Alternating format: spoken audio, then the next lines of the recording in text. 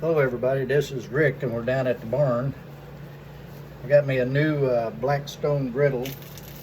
Got it heated up to over 400 degrees. I put my first coat of oil on the griddle, getting an even spread of the oil across the plate and all the sides.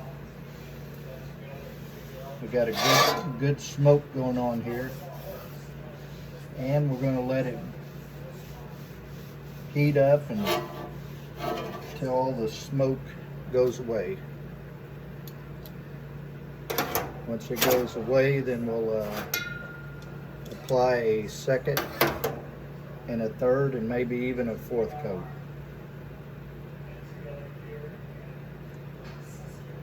Been using electric griddles for a long time. I really love to cook on a griddle, and this one here I got for down at the barn, and I can throw it in the camper and do some outside cooking when I'm not when it's not too cold inside or outside to cook. Just set up an outside cooking station and use this Blackstone griddle. It's the 17-inch Adventure Ready model, and I think it's going to do me good for what I need it to do. You can still see there's a good smoke coming off of it. I think you can see that in the film there.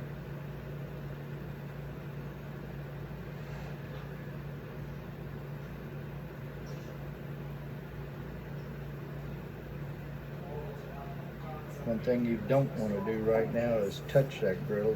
That cast iron gets hot. The griddle itself has different hot spots on the griddle, and I need to get my temperature gun that I use at my work to tell the temperatures in rooms. You can do surface temperatures with it, and you want to find your hot spots in the griddle. I know on my electric griddles, I know exactly where they're at. 325 is the best temperature I have for cooking bacon and sausage and eggs. You don't want to cook some foods too fast. You want to do your bacon and eggs and sausage on about a medium heat. Again, somewhere around 300, 325. Some of your other delicate foods, you want to cook it low and slow. And then when you have foods that really dry out, the longer you cook them, you want to cook them fast. You want to crank that heat up and put them on a good hot griddle.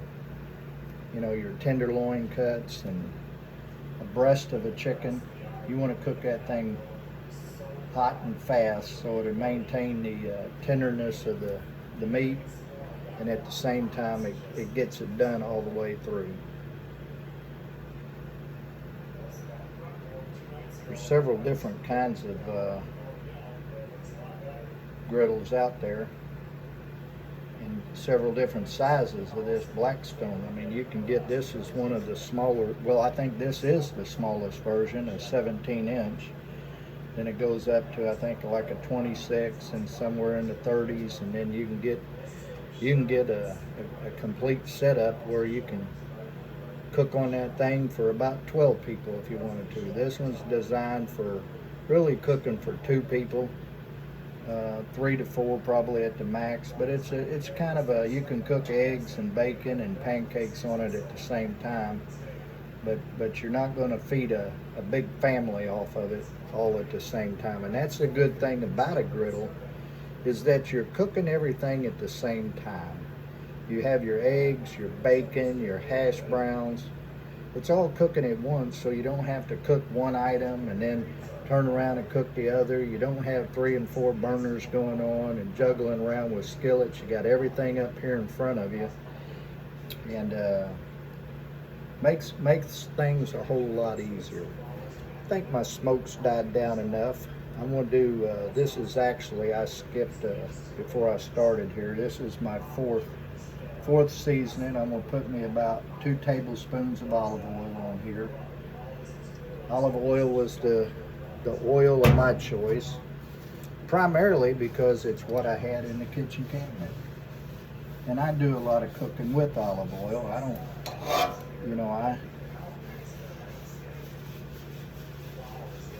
I'm okay with olive oils and canola oils, peanut oil, things like that. But I'm gonna tell you, I'm also very conservative when it comes to buying high-priced oils that I know I can cook you up a mess of food and taste just as good, if not better, than some of those chefs that are out there. And you'll see that later on in some of the videos I post, especially ones down here at the barn. I like cooking down at the barn. I like cooking in the camper. I just like cooking. It's something my mama taught me when I was a kid. I don't know why she taught me. I don't know if it's because I had some kind of interest and I was there with her. Could be because I was just hungry and I stood in the kitchen and watched her cook. But whatever the reason, my mom taught me a lot about cooking, and I haven't always been successful in passing that down to my kids. But nowadays, shoot, you can get on the internet, you can pretty much pop up anything in there, just how do I cook a ribeye? And you're going to get 20 or 30 different ways of cooking a ribeye. But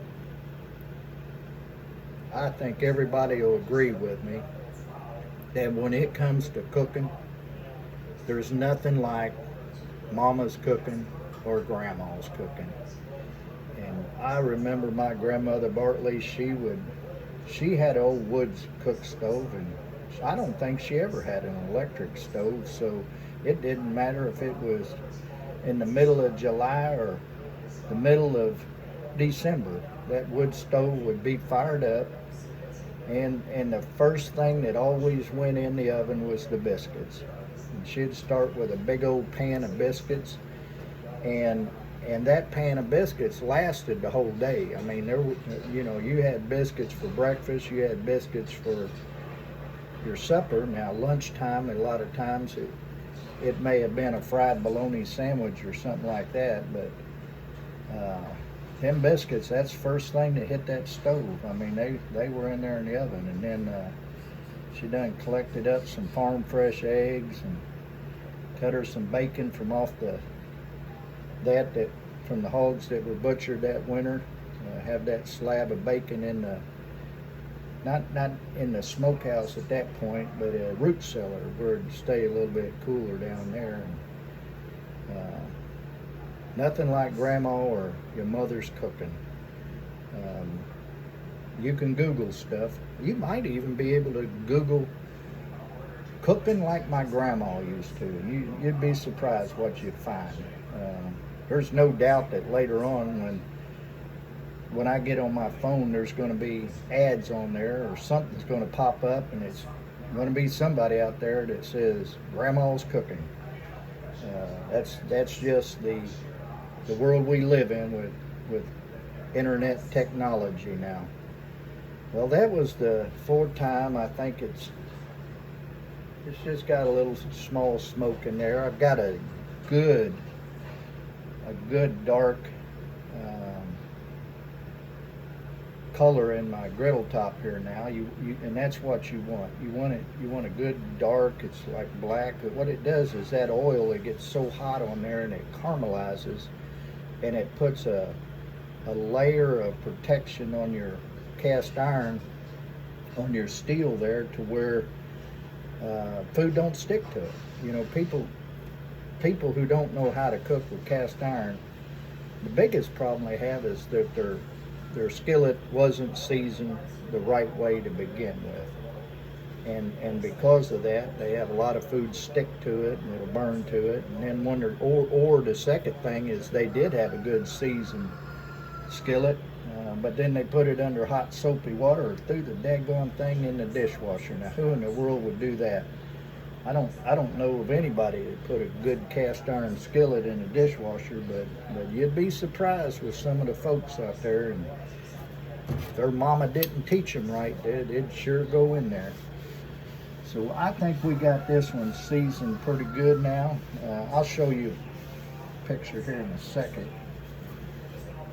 But I don't know about you, but I think I'm ready to throw some bacon and eggs on here, or at least some sausage. I don't have any bacon right now to put on there, but I got some sausage standing by, and I got some eggs I think I'm gonna throw on there. Let me see if I can't show you this grill top now. Switch this image around.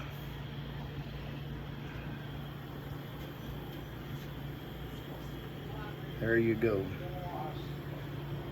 That's what I'd call a good fine seasoning. Now you only have to do the 3 and 4 times like this the first time. Once you get it seasoned after that, as long as you don't ruin it doing something stupid like we was talking about, hot soapy water, then that griddle top's going to be good. But what you want to do is when you're done cooking, scrape all your food off, you know, the food you have on there, and then once you get it scraped off, and then on about a 300, just wipe it down real good.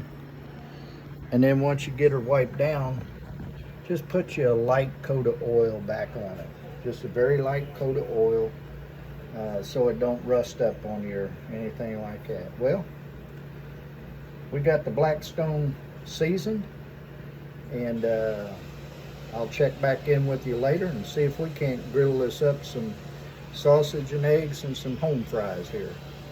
Y'all take care.